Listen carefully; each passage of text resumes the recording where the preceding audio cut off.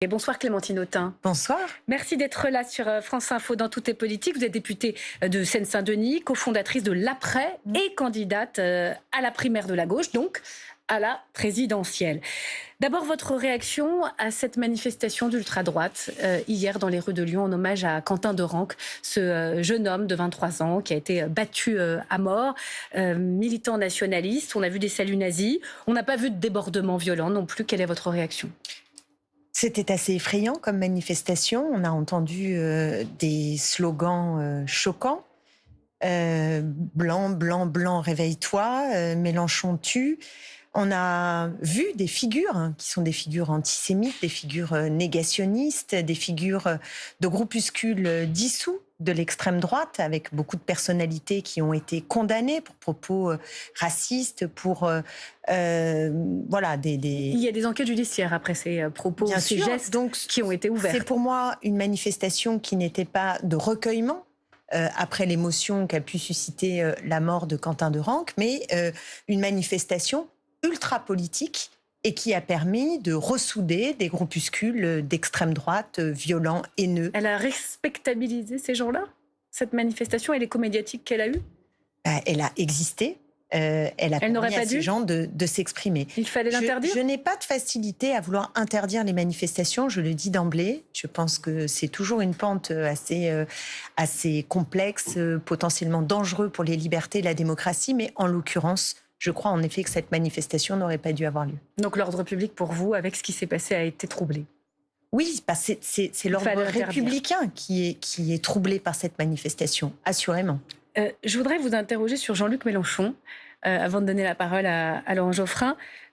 Et au fond, une semaine après, toujours pas de remords, toujours pas de regret du leader insoumis, qui n'a pas voulu prendre ses distances avec son député Raphaël Arnaud et avec la Jeune Garde fondée par ce député. Il y a des mises en examen, notamment celle de l'assistant parlementaire, Jacques-Élie Favreau de Raphaël Arnaud. Est-ce que vous comprenez que Jean-Luc Mélenchon n'ait pas au moins un mea culpa?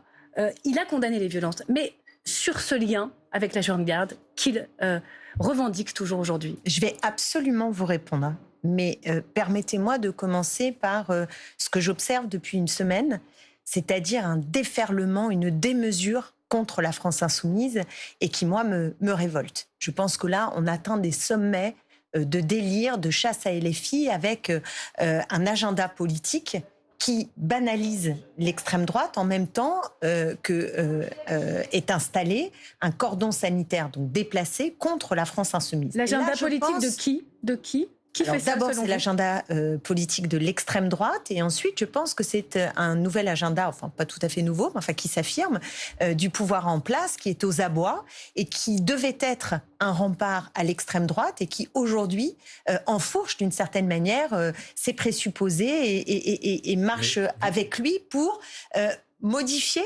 brouiller en fait les repères politiques entre la gauche et la droite, et en particulier l'extrême droite. Mais vous ne croyez pas qu'il y avait un moyen tout simple d'éviter ça? Et après, je vais répondre à votre question. Oui, la relance de Laurent. Un moyen tout simple pour LFI d'éviter ça, ou de le limiter en tout cas, qui aurait été de se désolidariser franchement du comportement de cette Jeune Garde et des liens organiques qu'ils entretiennent avec elle, alors qu'ils les ont au contraire défendus et même glorifiés. Alors, moi je dis les deux choses parce que je ne veux pas être prise en étau. C'est-à-dire à la fois, je n'hurlerai pas avec les loups, et je trouve même qu'à gauche, ils s'en trouvent pour hurler avec les loups. Ça m'inquiète énormément. C'est un peu normal qu'ils se désolidarisent. Non, c'est pas se désolidariser. Quand on dit on n'a plus rien à voir avec la France insoumise, c'est pas simplement se désolidariser. C'est une position politique, oui. Non, on n'est pas dans un contexte classique. On est dans un contexte où il y a la trumpisation à l'échelle internationale, où il y a la bollorisation des médias, et où il y a un MEDEF qui de plus en plus mais le comportement de LFI favorise l'extrême droite. Donc, je pense, le comportement de LFI favorise le RN. Je pense que de ce point de vue-là, il y a une irresponsabilité d'un certain nombre de prétendus responsables politiques. Que la France insoumise n'aide pas dans la séquence, je pense en effet qu'il faut s'interroger sur l'attitude et la stratégie. Donc la brutalisation du débat, oui, la brutalisation est une erreur politique? contribue à brutaliser. En tout cas, je C'est pas n'accepte votre pas. genre, vous. Non, c'est pas mon genre et j'ai un désaccord stratégique avec la France Insoumise qui n'est pas nouveau. Je vous apprends rien, Laurent Geoffrin. Oui. Oui, mais là, Je vous apprends rien. il donne des verges pour se faire battre, admettez-le quand même. Je pense que nous attendons des gestes, des mots qui permettent d'apaiser et non pas de contribuer à quelque part simplement satisfaire un pôle très radical, d'essayer en fait de conforter ce bloc radical. Ce que fait Jean-Luc Mélenchon à vos yeux. Au mépris Mais de non, la aucune recherche. forme de responsabilité. Écoutez-moi jusqu'au bout, parce que la question, elle est celle de comment on combat l'extrême droite. Et moi, je pense qu'on ne combat pas l'extrême droite par la satisfaction d'un simple pôle radicalisé. Ce qu'il faut chercher, c'est la majorité. Ce qu'il faut chercher, c'est la mobilisation populaire. Ce qu'il faut chercher, c'est l'union des forces sociales, Est-ce que c'est politiques, ce que fait Jean-Luc Mélenchon aujourd'hui? Oui ou non? Non, manifestement. Manifestement non. Je ne pense pas que l'attitude actuelle qui est circulée, il n'y a rien à voir, est la meilleure pour atteindre cet objectif, pour combattre l'extrême droite. A-t-il une part de responsabilité morale, indirecte? Mais vous insistez beaucoup sur sa responsabilité. Non, mais c'est une question que je vous adresse.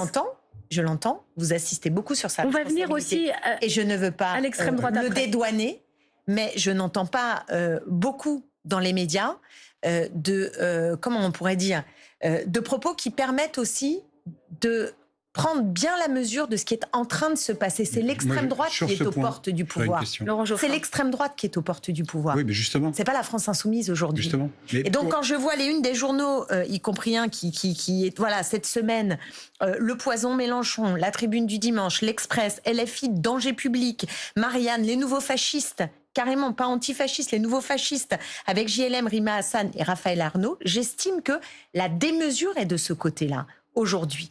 Bon, alors, ça ne balaie pas, encore une fois, ça ne balaie pas toute critique de ma part, et tant s'en faut, à l'égard de la stratégie aujourd'hui de la France. Vous avez le droit, c'est votre mais je tiens quand même légitime d'attaquer la presse. Ce plateau, non, c'est pas attaquer la presse. Non, mais de considérer qu'elle est outrancière. Vous dites, oui, mais c'est pas la presse. Oui, vous avez raison. Vous avez cité 3 titres. C'est pas les journalistes comme un bloc. C'est bien clair. Je veux faire attention à ça. C'est pour ça que vous avez cité les médias. Je vous écoute. Excusez-moi. Je vous en prie. Non, il y a une chose qui me paraît claire dans les effets politiques de cette affaire. C'est qu'il y a un certain nombre d'électeurs de droite républicaine qui ne pourront pas, à tort ou à raison, je ne juge pas, mais qui ne voteront pas pour LFI, pour un candidat LFI face au RN. Ils ne le feront plus. Et ça, c'est ce qui s'était passé. Ce qu'on appelle le Front républicain, c'est ça. Et c'est ce qui avait empêché, en fait, contribué en tout cas à empêcher le RN de gagner les dernières législatives. Bon. Aux prochaines, ça ne se produira plus. Donc j'en déduis, je ne sais pas si vous êtes d'accord, que ce qu'a fait LFI facilite la propagande du RN, évidemment, puisque les gens de droite... Le Front républicain a du plomb dans l'aile. Est privé de sa composante de droite. Oui, mais... Vous êtes d'accord ou pas avec cette analyse? Bien, oui et non. C'est-à-dire que quand j'entends aux questions d'actualité, M. Darmanin nous expliquer que la jeune garde tue et que la France insoumise devrait être condamnée. La France insoumise devrait être condamnée. Non, je vous parle des responsabilités du pouvoir, qui eux aussi fracassent ce front républicain. C'est-à-dire qu'on ne peut pas juste dire que c'est l'attitude stratégique de la France insoumise qu'on peut questionner et que je questionne qui serait responsable de cette situation.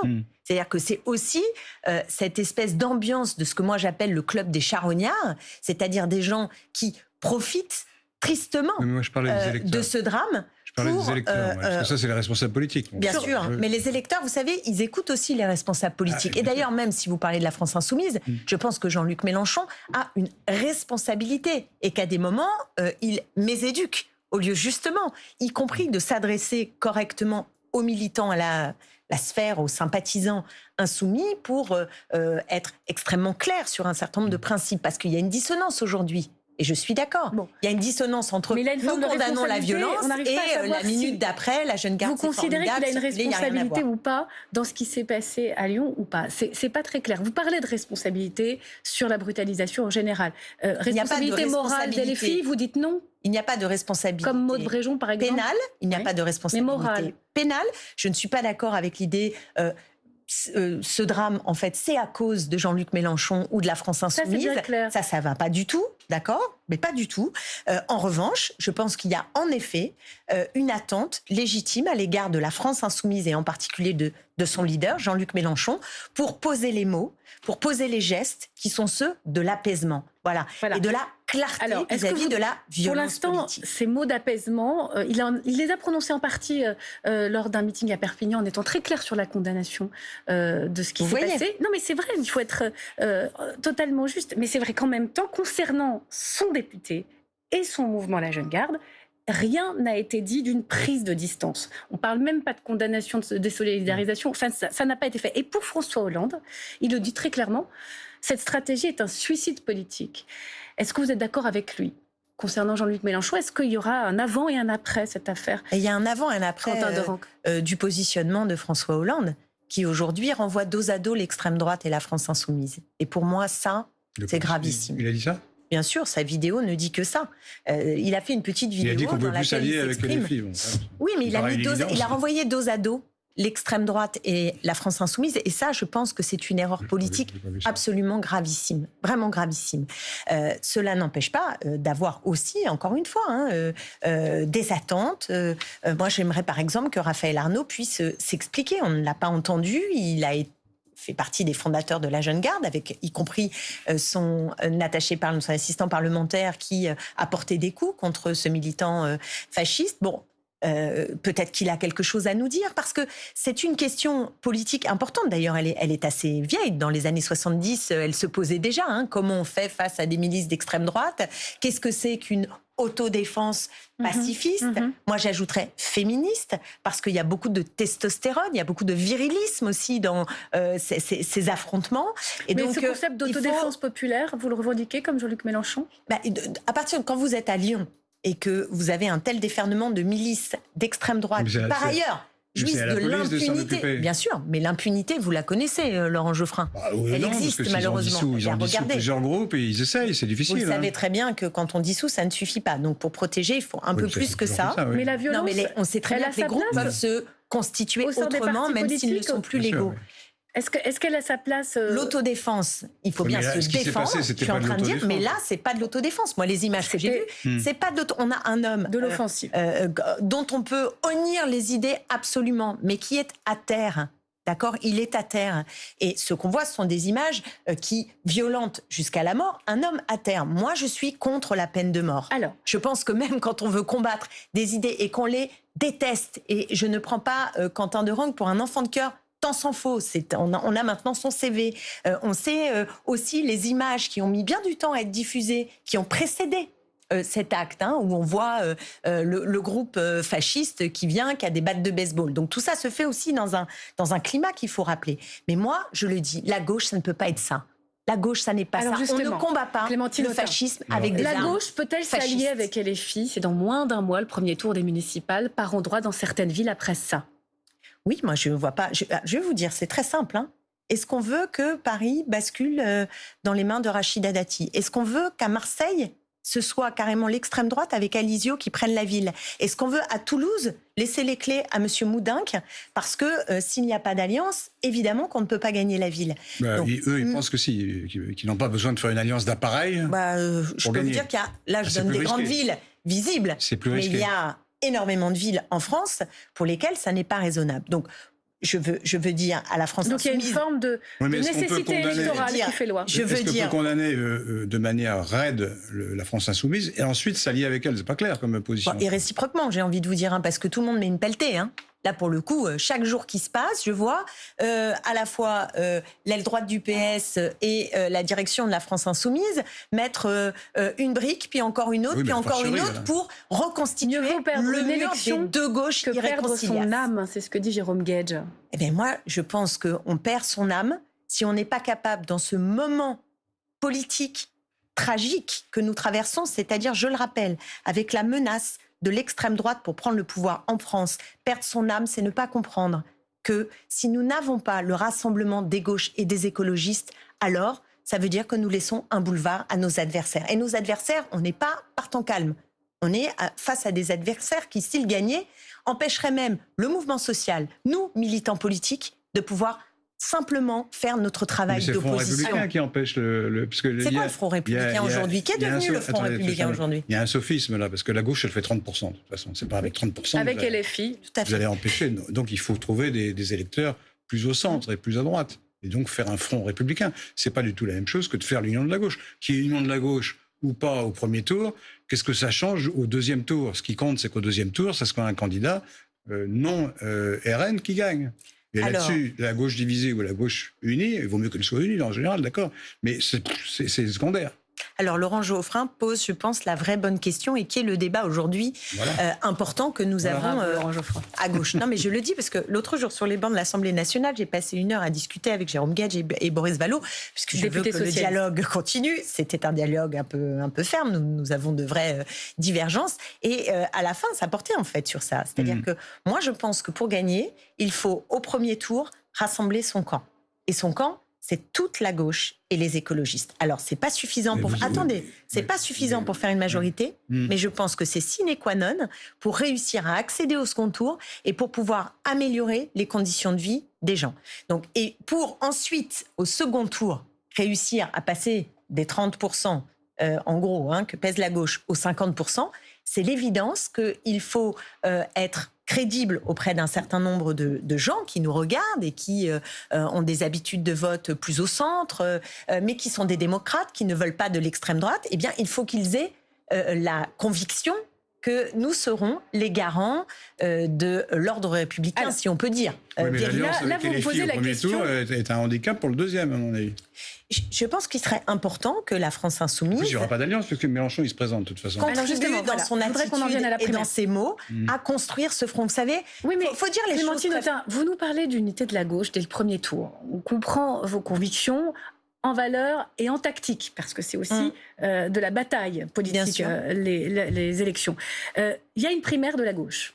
Tout à fait. Enfin, sans Jean-Luc Mélenchon. Donc déjà, il n'y a pas d'unité de la gauche. Il n'en veut pas. Mais sans Raphaël Glucksmann, qui ne veut pas y participer. Il y a énormément de critiques au sein du Parti socialiste sur cette primaire. On n'a pas échappé. Donc, cette unité de la gauche que vous prenez, on n'y est pas du tout. Je veux juste rappeler un élément du débat, qui n'est pas le moindre. Plusieurs enquêtes d'opinion ont été faites sur cette union des gauches et des écologistes. Et on n'est pas très loin de 8 électeurs du nouveau Front populaire sur 10 qui veulent une candidature unique en 2027. Donc j'entends que les appareils, les égos, les uns et les autres ont décidé qu'il en serait autrement. Mais moi, vous ne pouvez pas les forcer. Moi, je me bats pour ce que je crois juste et pour la solution qui me paraît la plus opérante pour faire face à l'extrême droite. Mais on a l'impression que cette primaire, elle est mornée. Il va y avoir un vote au sein du Parti socialiste, les militants vont devoir trancher, on le sent qu'il est très divisé. Est-ce que cette primaire, elle aura lieu ? Bien, écoutez, vous venez de le dire, les militants socialistes vont voter. Oui. Donc on va voir ce qu'ils vont voter. On n'est pas obligé de faire la fin du vote avant même que le débat ait commencé. Et vous verrez qu'après les élections municipales, peut-être qu'on aura un paysage politique qui nous fera réatterrir. Et encore une fois, vous disiez la France insoumise, c'est la direction de la France insoumise qui ne veut pas venir dans ce cadre qui a été impulsé par Lucie Castet, qui avait invité également la France insoumise. C'est elle qui a décidé de ne pas venir. Mais les militants insoumis, les sympathisants insoumis, les électeurs insoumis, ils n'ont pas forcément signé pour l'ambiance politique dans laquelle la direction insoumise nous met aujourd'hui. Ils n'ont pas forcément signé pour cette stratégie d'isolement. Donc il y a une gauche, un peuple de gauche, comme vous dites, qui pousse pour l'union. Moi, je dis que ce peuple... Indépendamment de ses responsables. Et je vous dis une chose, c'est que ce peuple insoumis, il aura sa candidate dans le cadre de la primaire. Croyez bien ça. Il nous reste peu de temps. Je voudrais qu'on parle un peu de votre programme. Laurent Geoffrin, sur la primaire, il y a une candidate en face de vous qui a des propositions. Je suis frappé du fait que les gens qui sont dans la primaire, d'abord, ils ne sont pas très nombreux, parce qu'il n'y a pas le PC non plus. Il y a quand même beaucoup de Mais ça gens, pourrait venir. Comment ? Ça pourrait venir. Ils ont leur congrès au mois de juillet. Oui. Bon, peut-être. Vous n'êtes pas d'accord, en fait, quand on regarde bien. Par exemple, je lis dans le programme écologique la décroissance. Mais les autres, ils ne sont pas pour la décroissance du tout, les socialistes. Ils sont pour la croissance. Et d'ailleurs, le programme du Front populaire, du nouveau Front populaire, quand on le regarde, il ne tient économiquement que s'il y a de la croissance. Il n'y en a pas, ça ne marche pas. Alors les écolos, ils font la décroissance. Ça marche, c'est antinomique, quoi. De la même manière, Dans le programme du NFP, il y a marqué retraite à 60 ans. Les socialistes sont déjà à 62, ils sont prêts à négocier même à 63, et probablement on ira à 64. Et donc là, désaccord complet. Et désaccord tactique également, si vous regardez le comportement des composantes de cette prochaine primaire. Il y en a qui votent la notion de censure, et les autres ne la votent pas sur un sujet qui n'est pas négligeable, c'est sur le budget. Or, il y aura un deuxième budget en septembre prochain. Donc l'unité n'est pas sur les idées. Au sein de la même primaire, il y a des gens qui vont faire une chose et l'autre qui vont faire exactement le contraire. Non. Et je termine. Le nucléaire. La gauche, oui, il y a le nucléaire aussi, il y a qui veulent sortir du nucléaire, d'autres qui veulent y rester. C'est compliqué. Mais enfin bref, indépendamment des programmes, la gauche a toujours gagné quand il y avait plusieurs candidatures. Elle a toujours gagné. Mais oui, mais quand elle a gagné, c'est parce qu'il y avait plusieurs.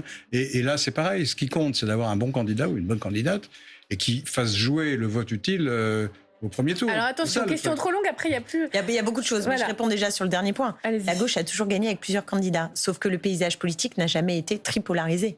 Si on prend depuis 1945, c'est pas le champ politique d'aujourd'hui. Il n'y a pas une menace d'extrême droite comme il y a aujourd'hui, et il n'y a pas trois pôles. Alors moi, je dis pas des blocs, c'est trois pôles. C'est-à-dire vous avez l'extrême droite, vous avez en gros le centre qui est très à droite, enfin le bloc central qui n'est ni un bloc ni un centre, mais enfin vous voyez la Macronie et ses alliés, et la gauche. Donc ça fait trois pôles. Donc si on veut accéder au second tour, je rappelle que la gauche, les deux dernières fois, ça dépend s'il y a un bon candidat ou pas. Exactement, il faut une dynamique. Je suis bien d'accord avec vous.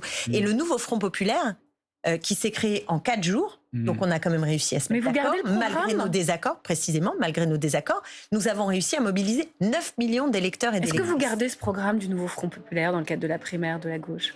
Moi, je suis favorable à ce qu'on le garde. D'autres disent on ne peut pas le garder. Oui, parce que la question, vous voyez bien les divergences de fond qui sont béantes sur les questions importantes. Qu'est-ce qu'on réouvre comme débat? Donc dites-nous, je parle en particulier aux socialistes, dites-nous ce qui ne convient pas dans ce projet et ce programme. De toute façon, il faut l'actualiser, c'est normal. Il y a une nouvelle séquence, il faut le chiffrer sur un quinquennat, c'est tout à fait normal. Et bien sûr que nous avons des divergences, mais souvenez-vous les années Jospin. Vous vous rendez compte que les années Jospin, ils ont gouverné ensemble et ils n'ont pas fait que des choses horribles, quand même, vous serez d'accord avec moi. Il y a eu un certain nombre d'avancées sous Lionel Jospin, et on a réussi à mettre dans un même gouvernement, laissez-moi juste dire ça, Jean-Pierre Chevènement et Dominique Voynet. Autant vous dire que c'est pas tout à fait la même gauche. On peut faire gouverner ensemble des gens on ne s'unit qu'avec des gens qui ne sont pas comme nous. Il n'y a pas si on veut l'union avec soi-même, alors c'est pas l'union. C'est la branche réformiste qui dominait. Allez. C'est ça la grande différence. Alors justement, aujourd'hui, c'est moins le cas. On verra comment ça évolue d'ici là. Et pour gagner, il faut que la branche réformiste... Oui, mais j'entends que vous avez du mal à accepter le fait qu'en effet, le curseur aujourd'hui de la gauche, il s'est déplacé vers la gauche. Alors, s'il vous plaît, il nous reste moins d'une minute. Je pense que je me situe aujourd'hui au cœur de la gauche. Qu'est-ce que c'est la vie meilleure, Clémentine Autain? Juste pour ceux qui nous regardent, qui voudraient voter à cette primaire, si elle a lieu, ça fait beaucoup de si, mais quand même. Qu'est-ce que c'est que ce manifeste pour la vie meilleure? Alors, c'est ma proposition politique, mon projet, c'est pas un programme chiffré à ce stade, c'est là où je veux aller. Je souhaite que nous puissions reprendre la main notamment sur le pouvoir des marchés financiers pour sécuriser nos vies. C'est très important aujourd'hui de sécuriser nos vies. Alors, sécuriser nos vies, ça veut dire quoi? Ça veut dire que, par exemple, nous devons sortir de la précarité généralisée. Nous devons pouvoir avoir confiance de ce qu'il y a dans nos assiettes. Nous pouvons aussi se sentir sécurisés dans nos maisons où il y a énormément de on a les moyens de tout ça intrafamiliales. Il faut se donner les moyens. Et c'est pourquoi je propose une grande réforme fiscale et une nouvelle conduite des politiques publiques. Et pour la mener, il faut que justement cette notion d'esprit public, de bien commun, gouverne au sommet de l'État. C'est ça ma proposition politique. Merci. On aura l'occasion d'y revenir. La vie meilleure, candidate à la primaire de la gauche pour la présidentielle de 2027. Merci beaucoup. Merci à vous. Merci Clémentine Autain.